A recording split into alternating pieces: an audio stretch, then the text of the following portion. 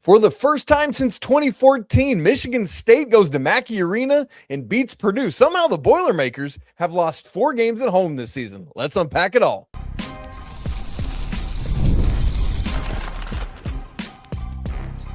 You are Locked On College Basketball, part of the Locked On Podcast Network. Your team every day. Hey there, what's up? Welcome into the Locked On College Basketball Podcast, the only daily national college hoop show out there. I'm your host, Isaac Schade. You're joining me at the place to get your college basketball content every single day. You're joining us live at the place to get your college basketball content and your Purdue Boilermakers content. I'm joined by the man, Nick Arvin, the great host of Locked On Boilermakers. We're live on both channels right now, college basketball and the Purdue Boilermakers channel. And we're coming to you right after Michigan State goes to Mackey Arena and wins 76-74. A Braden Smith 3 goes missing as the buzzer sounds, and that's it. And that's all. This episode's brought to you by 5 Hour Energy. Have your cake and drink it too. Birthday cake flavor is back. No fork needed. Vanilla cakey flavor, caffeinated kick, and no sugar. It's party time. Order now at 5hourenergy.com or Amazon. Nick, it's great to be together. Sorry it's under sad circumstances, but man, something I'm excited for. This is the first of 7. 1, 2, 3, 4, 5, 6, 7 ranked on ranked matchups between now and Saturday evening. That means we've got 14 of the top 25 in action against each other over the course of 3 days. Man, it's going to be electric. We'll look ahead at those a little bit later. We will, by the way, on the Locked On College Basketball side, we will have a live show Friday morning. Andy Patton and myself previewing all the rest of the weekend action. Those 6 other ranked on ranked games, all the bubble games. Nick on Locked On Boilermakers will have his show tomorrow. It's going to be great as well, and figuring out what happens next. Nick, this was a back and forth game, lots of high level play on both ends of it. But I tell you, this has been a shock to me that Purdue has now lost 4 games at home this season. What happened in this one? I mean, it's a shock to me too, because it felt like Purdue played a good game. And then there's a stretch there in the first half where it turned into a dunk contest. There was a spot there in the first half. Can we stop there and talk about that? Because it was crazy. Each end, right? You had the Cohen Card dunk off the Fears look. And Jacobson. Poor Daniel Jacobson. I mean, he just got obliterated on that thing. Who was it for Purdue on the other end? It was Jacobson. He got it back on the other side. Man. And then you came back right after that, and it wasn't it was Cooper getting it on Jacobson again. So he was involved in all of that, man. But what a moment that was. Anyway, keep going. I just Cohen Carr. Good grief. That windmill dunk in transition later, insane stuff. I mean, it was impressive, but it's just like at halftime, you're only up by 3 and you're outplaying Michigan State. The rebounding margin, you're winning there. And then only up by 3.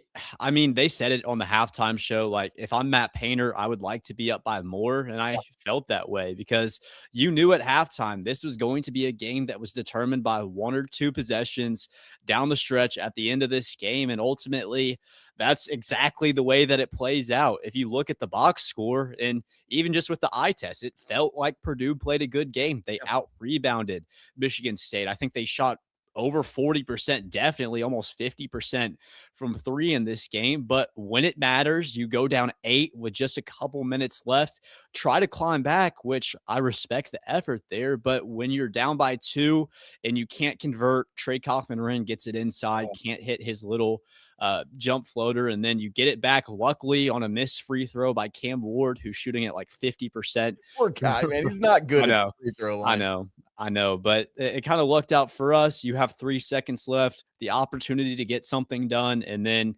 Braden Smith has to shoot it from 32 feet out. That's not the look that I would have wanted. I don't know if that's how Matt Painter drew it up. I hope that's not how he drew it up, but ultimately you lose. And this is now 4 losses at home in the year, but more importantly, you lose to Michigan, you lose to Illinois, you lose to Michigan State. And what are the odds that you play those teams once on the season and every single time you lose to them at home in Mackey Arena? it's sad. I mean, I was so optimistic going into this season, and there's still a lot to look forward to. Like, this doesn't mean that the season is over by any stretch of the imagination, but this is No. one that I sit here and I'm not even angry like I was against Indiana. And how crazy is it that both times we've done a show together comes off terrible Purdue losses? Nick, I'm a bad omen. I'm a bad omen for you. I know, but I'm not even angry at this one. It's just disappointing that it played out the way that it did with how good I thought Purdue played. Completely agreed. Let's go back. There was a couple plays that were weird to me down the stretch for Purdue. That last play, let's come back to that in a second. But even rewinding before that, I cannot for the life of me figure out why Jack Benter took that deep early shot clock three. There was I think it was like a minute to go. You're down 2. I get it. Like he's hit a couple shots, but give the ball to the 5th leading assist man in the history of the NCAA. Let him make a play in that moment. That to me was a killer for Purdue, a wasted opportunity. Then after the missed free throw from Ward, Lawyer gets the rebound and Braden Smith's just sitting there waiting on it and he rushes it up the floor. I thought get it to Braden because ideally, you probably don't want to take a timeout there. You don't want to let Michigan State get set. But because Lawyer kept it, Coach Painter, and I think wisely so, took the timeout. So that was the second one. And then, as you said, that last play, 3.4 seconds. Ideally, you would have rather gotten maybe Braden coming front court with a head of steam. I thought Cohen Carr did a good job showing on him to stop that progression. But I did like the play earlier to get it inside to TKR. He just didn't finish. Yeah. Maybe you want to see that again. I thought there was enough time to get something that wasn't what you settled for. And I'm with you. There's no way that was what got drawn up and Michigan State blows it up a little bit and Smith has to settle for the deep 3. I mean, it just sucks. And the thing about it, the reason it's so disappointing is because Michigan State, they left the door wide open. Even when Benter misses that shot. And I made a tweet. I said, that is a terrible look for Benter. And he had a great game. 11 points. To that point, he had only missed 1 shot in the game, but you don't shoot that ball. Not Jack Benter, not there, because if it was a fine look, if it was an efficient look, he was open. Yes. That's fine. But it was so early in the shot clock. They didn't even attempt to get the ball inside or to find anything better. He just shot it. And I knew it. I knew that was going to be the one. Under a minute, that was going to be the possession that cost Purdue, but they got more chances. And then to your point, I was fine with the Trey Kaufman-Renz shot. They couldn't get it with Braden in the pick and roll. There was good roll and replace getting it from Braden to Lawyer and into TKR. I love that play. Yeah. It was fine. He makes that shot 75% of the time, but he didn't make it there. And that just goes, the killer instinct hasn't been there for this team. It's not like they're playing bad basketball. I don't feel like they're playing bad basketball, but when you need a shot in a clutch moment, it's just like they almost never go in. And I don't understand why, especially for a team that's as experienced as this group with these seniors. You would think that by now they would have those moments where they make big time shots in big time spots. That felt like an opportunity there 2 times for Trey down in the post. And then Braden, I don't know what the play there was from 32 feet. Sure. Fletcher Lawyer, he shouldn't have taken the ball up. He should have gotten it to Braden. And Agreed. Even with that, if you're going to do that, call the timeout earlier. Don't wait until there's 3 seconds left. It was a weird spot though, because it was almost like if something develops, you don't want to squelch it. Fair enough. But at the same time, I mean, I think you're right, because and also wanting to get it into the front court, but it was just ultimately Fletcher should have gotten it to Braden. I mean, that's how that should have needed to play out. Look, Nick, we got to keep talking about some of the things that impacted this game. Points off turnovers was a huge thing. The battle of the 2 leading point assist men in the nation as well. Who won that battle? I want to get your thoughts on that. Tell you what, let's take our first break and then we'll come back and unpack some more of this game. And on down the road, we'll get ahead to what does this mean for the Big Ten. We'll look at the big achievement set by Braden Smith on this night as well. All coming up in just a second. I'm Kalia Butler, host of Locked On Women's Basketball, and this is Mazda's Women's Basketball Snapshot, celebrating the work no highlight reel can ever capture. South Carolina rolled past Ole Miss 85-48 to clinch a share of the SEC regular season title and lock down the number 1 seed in the conference tournament. The Gamecocks extended their win streak over Ole Miss to 21 straight. UCLA dominated Wisconsin 80-60 to secure its first outright Big Ten regular season championship in program history. The Bruins improved to 27-1 overall and remain unbeaten in conference play. And number 12 TCU stormed back from a 13-point fourth quarter deficit to beat Iowa State 80-73. The Horned Frogs now sit alone atop the Big 12 standings and are 1 win away from clinching another regular season conference crown. These moments are earned off the clock, those long before the lights ever come on. The sweat, the fakes, the doubt, the scrapes, and coming back for more every time. Mazda puts that same drive into every detail. Wins define the moment, putting in the work, that defines you. There's more to a Mazda because there's more to you. This episode's also brought to you by our friends at FanDuel. Have you ever wanted to experience the NBA Finals live and in person? FanDuel is now giving you that chance to turn the dream into a reality with NBA sweepstakes. Here's how it works. Use your NBA profit boost on any NBA future. You're going to be automatically entered for a shot to win an NBA Finals trip for 2. That's right. Flights, tickets, the whole experience. If you're already looking at the board and thinking about which team can make a deep run, right now is the perfect time to lock it in. I love it because it adds an extra layer of excitement for every game down the stretch. Not only can your pick cash, but it could also send you to the NBA Finals, Nick. I love that. I'd love to get in on it. How about some lines for some of these upcoming ranked games this weekend? Number 3, Michigan at number 10, Illinois, Friday night. Michigan favored by 1.5. Arkansas, number 20, at number 7, Florida, Saturday night. Gators by 8.5 in that one. That's a bigger line than I expected, Nick Arvin. Visit FanDuel.com to get started. Use your profit boost on an NBA future and get entered for your chance to win a trip to the NBA Finals. Play your game with FanDuel, the official sports betting partner of the NBA. Nick, this was a matchup of the nation's 2 leading assist men, Jeremy Fears and Braden Smith. Of course, obviously, the war was won by Michigan State, but I want to know who you think won the battle of the point guards.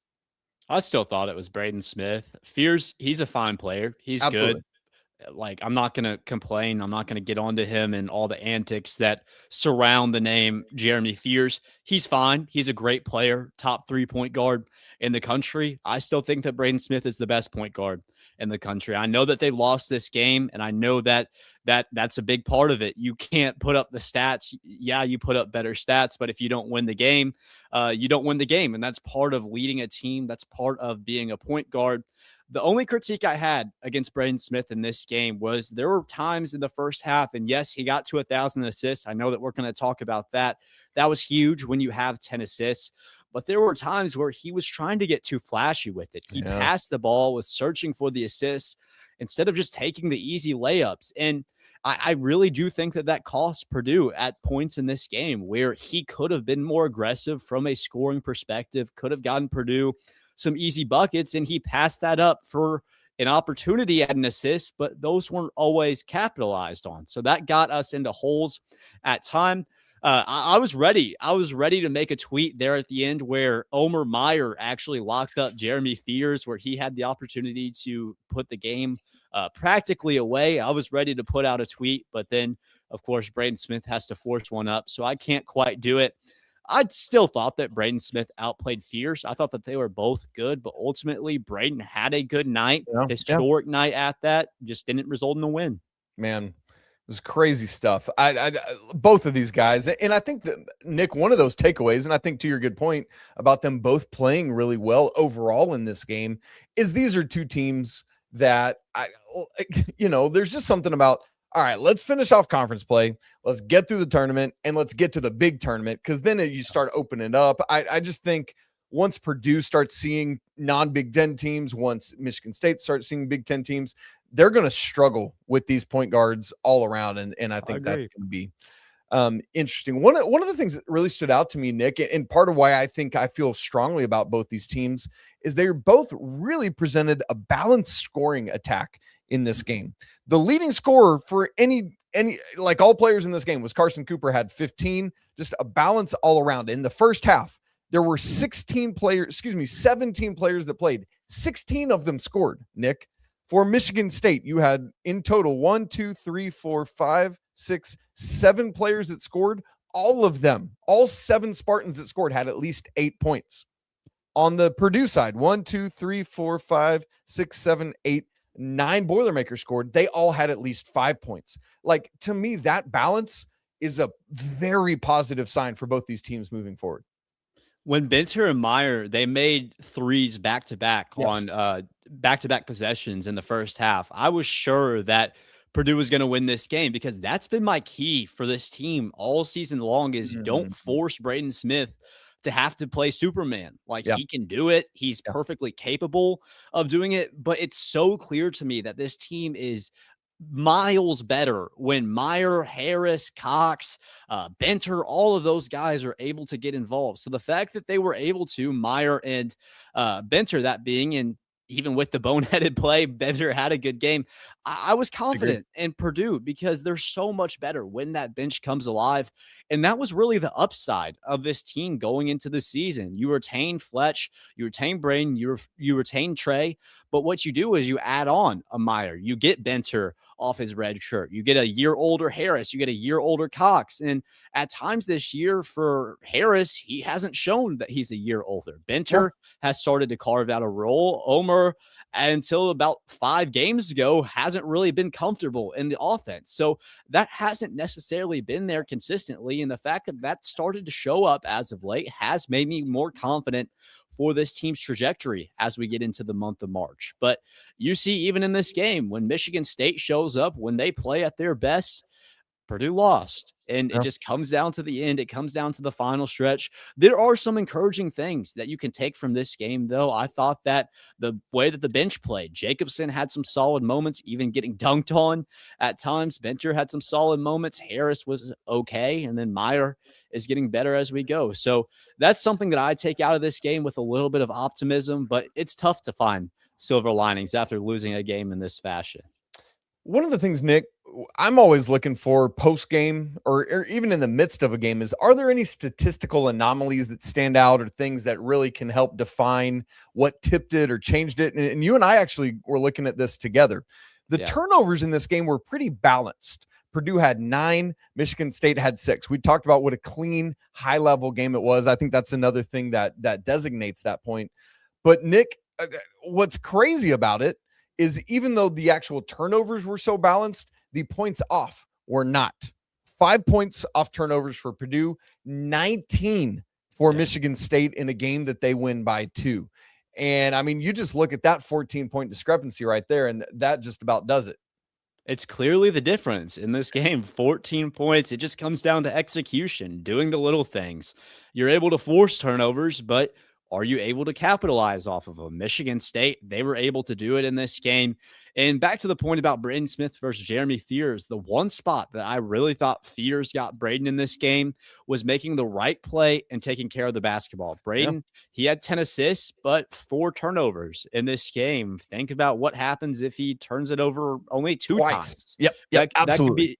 That could be the difference in this game. And I know it's easy to sit here, say hindsight is 2020, but that is a factor. And especially when you pull up the points off turnovers and it's as different as it is, it's just a shame. Like it just goes to show like how in Big Ten play, how small of a margin you have between winning and losing games, with how good the scouting is in this conference, with how good Izzo teams are, with how good Painter teams are, even going back to Illinois and going back to Michigan, especially against Illinois. Keaton Wagler goes off for 46 points. What happens if he scores 42? There's just all these different variables that happen in Big Ten play. Going to this game, though, you just have to clean that up. And when you force the turnovers, you have to execute on them. It's rare that you see a team turn the ball over 9 times, which I mean, you turn it over 3 times more than Michigan State, but on any other night, I wouldn't look at 9 turnovers and say that's necessarily No, not at all. a terrible performance, right? But you wouldn't expect Michigan State to score as much as they did off of those 9 turnovers. So I have to credit Tom Izzo and his squad for the execution that they had off that tonight. Man, what a great environment in Mackey Arena. It really popped on the TV. And, man, it just gets me excited, as we said, for 6 more ranked-on-ranked games coming this weekend. It's going to be electric. Well, Nick just talked about all the rest of these Big Ten teams. We need to look at what this does for Big Ten seeding, that triple bye, which is crazy to me with the kind of updated bracket look. We'll look at NCAA tournament seeding, and we got to get to Braden Smith's 1,000 career assists. We'll look at all of that coming up to wrap the show in just a second. Right after I tell you about Game Time, y'all, the biggest stretch of the college basketball season is almost here. Buzzer beaters, bracket busters, and those unforgettable moments that everybody's talking about the next day. Being there live for something like that, man, that is bucket list stuff. But the hard part's getting tickets to it, and that's where Game Time comes in. It gives the advantage back to you, the fans, with constant innovation. It's how you unlock amazing tickets and experiences in just a few taps. It's really simple to use. The Game Time guarantee means 100% legitimate tickets delivered on time at the best price, and what you see is what you pay. All the fees are included. I love that. They've got a seat view feature, man. That is a game changer. That Michigan and Illinois game we were just talking about, Nick, make a guess on what the cheapest ticket at Game Time is for that game on Friday night. $138. $230. That was like almost 100 off exactly. Isn't that crazy? But that is crazy. For a matchup of that magnitude, I feel like that's a pretty good deal. Keep watching it, folks, on Game Time. See what those prices are. Take the guesswork out of buying tickets with Game Time. Download the app, create an account, use code LOCKEDON for $20 off your first purchase. Terms apply. Again, create a code and redeem code locked on for $20 off. Download the Game Time app today. This episode's also brought to you by 5 Hour Energy. Welcome into the 5 Hour Energy Flavor Draft. We're looking at every aspect of the draft to let you know which tasty flavors are the best and which ones might be sleepers you need to check out. The board is set, the flavors are ready, and only one is going to take home the top spot.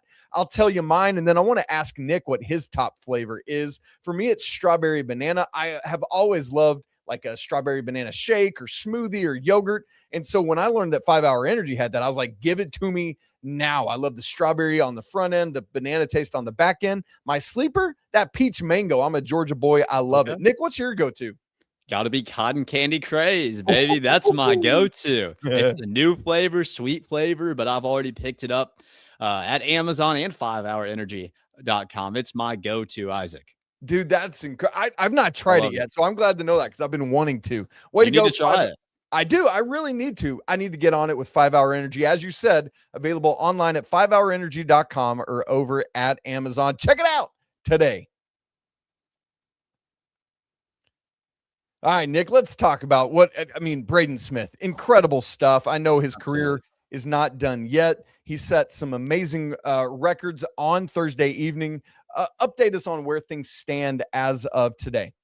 Yes. So I believe right now he's 73 assists away. I got to get on my Braden Smith tracker just to make sure. But as that puts us right around 6 games into the postseason, 3 games left here in the regular season. So right around 9 if he keeps his pace of 8.8 assists per game. It really just depends on that double bye or the triple bye, rather. I'm still getting adjusted. The triple bye in the Big Ten tournament. So he could play upwards of 4 games. I believe that would be in the Big Ten tournament, assuming that Purdue makes a run. Yep. Okay. So 4 games in the Big Ten tournament. That's assuming that he puts up 9 assists-ish a game. Then a round of 64 and then a round of 32, but say Purdue gets beat 2 games into the Big Ten tournament. They're then going to have to make an Elite 8 run where Braden Smith is averaging right around 9 assists a game. There's a lot of different ways you could go, but I still see the pace there. It really just depends. But as long as Purdue is able to make it out of that first weekend, have a solid run in the Big Ten tournament, I do think that he certainly has a chance to break that record. And what a story that would be if Braden Smith became the all-time leading assist leader in the March Madness tournament. That would be insane. It would be absolutely crazy. You know what? I don't think he should leave it as a thing that we're sweating out. Here's what I'd love to see from Braden Smith. Just go ahead and get those 73 assists in the next game. Just take all the mystery out of it and drop Ohio State. That'd be insane. I'd love to see that. No, sitting at 1,004 right now. One of just 5 players ever in Division I history to get to 1,000 career assists. Just above him is Jason Brickman that played for LIU Brooklyn, 1,009. So he'll break that in the next game. And then the top 3 guys right now, interestingly enough, are all ACC guys in the state of North Carolina. Third is Ed Cota, who was a Tar Heel, 1,030 assists. Then in second place, Chris Corciani that played for NC State, 1,038. And of course, Bobby Hurley, current Arizona State head coach, with 1,076 career assists, which is so bonkers. So a bunch of blue bloods, and then NC State is what you're telling me. We got and LIU Brooklyn. Man, what a squad. That's I remember crazy. that. I remember that LIU Brooklyn, that Brooklyn team. They were one to mess with. And so the thing is, Nick, like, regardless of if he breaks Bobby Hurley's record or not, I mean, this is unbelievable stuff. I loved hearing Robbie Hummel, excuse me. I loved hearing Robbie Hummel say it on the broadcast tonight, like top 3 or 4 player in Purdue history, which is funny coming from somebody else that's probably in that same conversation. Man, I thought that was really neat from him. I agree. That was a really sweet moment. I love having Robbie Hummel on the broadcast. I'm not a big Peacock guy personally, but I like Robbie Hummel. I know a lot of people say that he's biased, but I thought he had a good call tonight. He's great. And his voice, like the gravity of his voice, reminds me so much of Jay Billis, actually. I was thinking tonight, and that's good. And I love Brandon Godden, who was the play-by-play guy, because I'm a big Braves fan, and he's the Braves play-by-play guy. And so it was like, it's always like a taste of home for me when I hear him on basketball games. So I love it. All right, Nick, let's look at the Big Ten standings after this, because it presents some interesting things now. Obviously, Michigan, 3 games up on everybody else, sitting there at 16-1 right now. Following the game tonight, you've got Nebraska, Sparty, and Illinois all tied for second at 13-4. Purdue now falls to 5th at 12-5, but obviously just 1 game back. Things can change in a quick hurry with still 3 games to go. And then Wisconsin and UCLA tied for 6th at 11-6. So, Nick, a lot can happen here. There is, as you've been talking about, actually, I'm going to pull it up. I went and downloaded the bracket because I wanted people to see how crazy this new bracket is.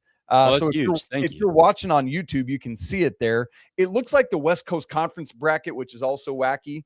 But so the top 4 teams all get a triple bye. 5, 6, 7, and 8 all get a double bye, and then you got the other stuff. And so going to be really interesting to see how this plays out. Nick, I know for Purdue, as we sit here and look at it, it's Ohio State, it's Northwestern, both on the road, and then Wisconsin at home. I know this loss is frustrating, and it means 2 out of 3, but it feels to me like Purdue should be able to take care of business here in these last couple games. And I honestly, I haven't looked in real time at Nebraska, Sparty, or Illinois' schedule to see what they've got. But Nebraska travels to the West Coast, so that's something I want to look at as they take on USC and UCLA on the West Coast. And then home for Iowa. Yeah, Illinois that's not a gimme. No, Illinois is home to Michigan, home to Oregon, at Maryland, and then for Sparty, they've got. No, I'm looking back at Nebraska's there. I got off of Sparty's. Hang on.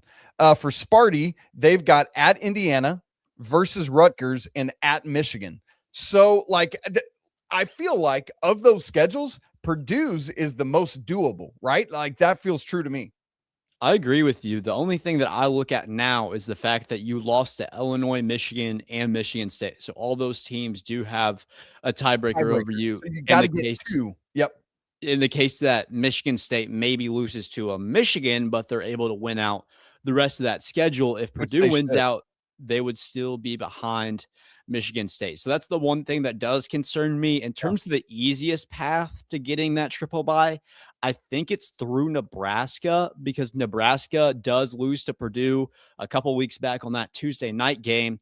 They have to go to the West Coast and then Iowa, which is not a gimme by any stretch of the imagination, at home. I think that's probably your easiest pass. Yeah. So keep an eye on Nebraska for all my Purdue fans out there. With that being said, though, we still have to take care of business. And at Ohio State on Sunday, that's definitely a game that could give us a little bit of trouble. I think that Ohio State's been playing solid basketball as of late. If you lose to Northwestern, I don't want to be just quit. Part, just quit at that point. Like, just quit. Done. I don't want to be a part of that timeline. And then Wisconsin at home to end out the regular season. That could also be a tough game. With it is tough. I mean, they got those. Yeah, the Blackwell Bird combo, man, is tough to mess with. They're really good as well. Yep. So. Yep. For Purdue fans out there, I'd keep an eye on Nebraska going forward. I don't really see Michigan or Michigan State losing enough games, losing 2, and then Purdue winning out in that case. Can we take a look at Illinois real quick, Isaac, one more time?